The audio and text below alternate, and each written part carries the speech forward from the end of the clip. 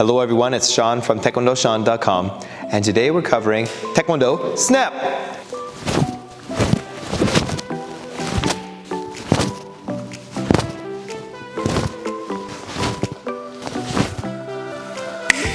Check it out. Now, I want to make a disclaimer at the very beginning of the video, all right? Taekwondo is not about snap. Taekwondo, the ultimate goal, is not to make a uniform snap. It's not called Snap-Kwando. Taekwondo. So the way we use our arms and our feet effectively. Now you can translate it however you want, but the main thing is, the snapping is a byproduct. The snapping is a symptom. It's not the actual goal. It's not the actual thing we're trying to do in itself. But it is pretty awesome, and it does tell us we're on the right track. So it is pretty important. All right, so snapping comes down to two main things. Main thing number one, we're talking about being relaxed. And then strong, hard. So you want to make sure you guys are going from a relaxed state, because that's where I'm able to generate the most speed, the most power, because all my muscles are relaxed, and so I can shoot them out quickly, and all my joints are unlocked, so I can quickly transfer energy and power from my Tanjun to where I'd have to go. Now, another way to add more power on top of this, the second thing is dropping my weight, or lowering my center of gravity instantly to make sure I feel like almost like my skeleton comes down and then the rest of me. So I feel like, yeah, it feels like something's trailing behind. And that is a shift in weight, a shift in the center of balance. And that's going to help me generate even more power. So let's talk about this more. So if you ever read the Taekwondo science textbook, I'll link it to you guys in the description below. It tells us that when we're walking, we're actually just falling forward and catching ourselves every time we take a step. When we run, we're falling forward faster, we're more steep. And you can see it when toddlers are learning how to walk. Sometimes if they want to go somewhere, all they do is lean forward and then they're catching themselves. And you can definitely see it. So parents, you'll definitely notice that. When we're doing the handstand, it's the same thing. When we're straight up, we're not moving. But if we lean our feet, all of a sudden we're going to start to fall that way. So our hands will allow us to walk. So bear with me. I'm not going to get too sciencey. Don't worry, don't worry. So talking first about being relaxed. Our muscles get the most initial speed and power by being relaxed at the beginning. So from here, I'm able to quickly react, I'm able to quickly generate power. So I'm going to practice, first of all, shooting my arm out with my fists open. Now, when I squeeze my fists, inevitably what happens is I actually flex the muscles here in my forearm. So what we don't want is to be in a strong, rigid state. We want to be totally relaxed. So from here, I'm totally relaxed, and then shoot it out, and then shoot it out, and then shoot it out, and then shoot it out. So practice in a relaxed state, shooting your arms up, blocking. We can do middle blocks. Good. High blocks. Down blocks. Good. And then punches, of course. Now, once you start to get the hang of it, and you get that feeling of being relaxed, and you have that kinetic chain, all the ligaments, pulling one, pulling two, pulling three, pulling shoulder, elbow, wrist, pulling, shoulder, elbow, wrist. Once you get that feeling of a chain, my shoulder shoots, my elbow, which shoots my fist, then we start squeezing a little bit. But you still want to generate that snap.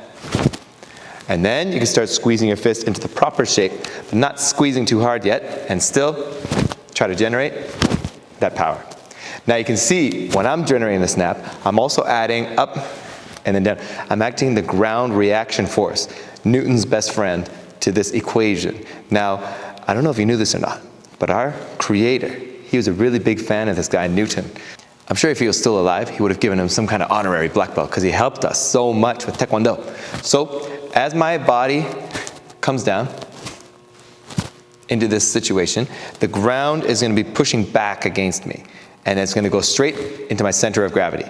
Now from my center of gravity, I'm going to use my hip twisting power to channel that energy straight up to my shoulder, and then through the kinetic chain, the whip, it's going to shoot through my elbow, into my wrist, and my fist, and then I'm going to deposit it into my opponent.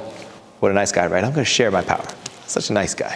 So when you're doing this, drop down, So up and punch, up and punch. And you can feel it in Pumse. When you shift your weight in Pumse, when I turn and block, especially when I'm going from chumbi stance to front stance, apkubi, I'm really dropping my weight. So from here, I feel that my body hits the ground and drops down. My skeleton drops first, my body comes down, and I'm really able to generate a lot of power in that first down block. So we want to be able to do that on command. Now the only way you improve at something is if you practice, practice, practice, practice, practice, practice, practice, practice, practice. That's the only way you improve at anything. But especially this. This has something to do with your body's feeling. It's not even so much something to do with your mind. It's like as I drop my weight down, I feel it, and I just feel like that's the best time to punch. I feel like that's the best time to high block. So when we're walking, front stance, dropping down into punching stance, there's an exciting drill to do at the end of this video. Then you guys can really practice this, and it can add a lot of power, and therefore speed, and therefore snap. Remember how it's a byproduct, not what we're actually looking for. Now I have one last metaphor for you. We're imagining a traffic light, right? Traffic lights have green, amber, and red. So when you have the green light, you're going, speeding, going so fast. So again, my motion's so fast, so strong. And then we have red, which means stop, which is great, because I go from really fast to stopping. I have a huge amount of power, and my uniform is definitely gonna snap. So if I don't slow the motion down, and I just go to the stop right away, I'm generating a lot of speed, and a lot of power is going to be deposited. My kinetic chain is going to be so strong. My relaxed state into hard state to stop is going to create a nice snap. Now, we have the amber light as well. Now, if you guys could take the amber light and throw it away, don't need it. All of a sudden, just we have red and green, right? It's Christmas all the time.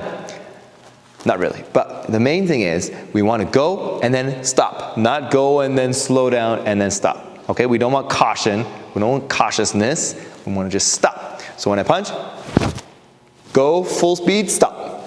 When I middle block, go full speed, stop. High block, go full speed, stop. Kick, full speed, stop.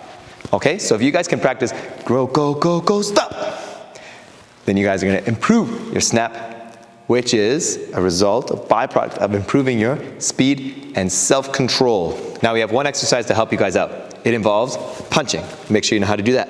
It involves chitumsaki, the horse stance, horse riding stance. Make sure you know how to do that. And falling, sort of. Let's see what I mean. I'm going to go to my punching stance, and I'm going to punch. Now what I'm going to do is I'm going to come out of the punching stance, and as I drop in, I want to make sure I drop quickly, so I can feel my skeleton come down, and then the rest of me come down afterwards, like my muscles. No fat here.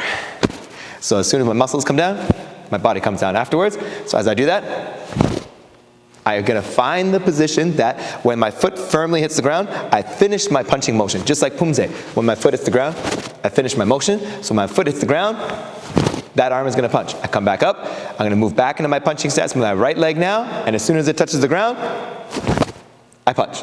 And I'm trying to find that nice spot, that nice position that I'm generating the best snap, because even though we're not chasing the snap's going to tell us. It's going to be louder when I punch at different points, and it's going to be softer at others. And so I want to chase the snap a little bit right now, so that I realize that as I come down and I feel it, and keep practicing, and then you guys will nail it every single time, whether you're blocking as you shift your weight, or whether you're kicking, whether after you kick, how you punch, you're going to feel it and use it, and your Pumse is going to go to the next level in a snap. All right, so if you get anything from this video, we want you to remember that snapping the uniform is not the main point of this video, not the main point of martial arts in general, and it's not the main point of being strong on the mats. We're using our motions in our body properly and effectively, and the byproduct of doing that, good block, using your hips, using the downward force, using your relaxed state into hard, twisting at the end, that is what we're looking for. The strongest blocks, punches, strikes, kicks, and by having those, our uniform will inevitably snap. Okay? So yeah, when you're training and you hear the snap in the uniform, it makes you feel really good. So remember, that is good though. We want that. We want to be motivated by something.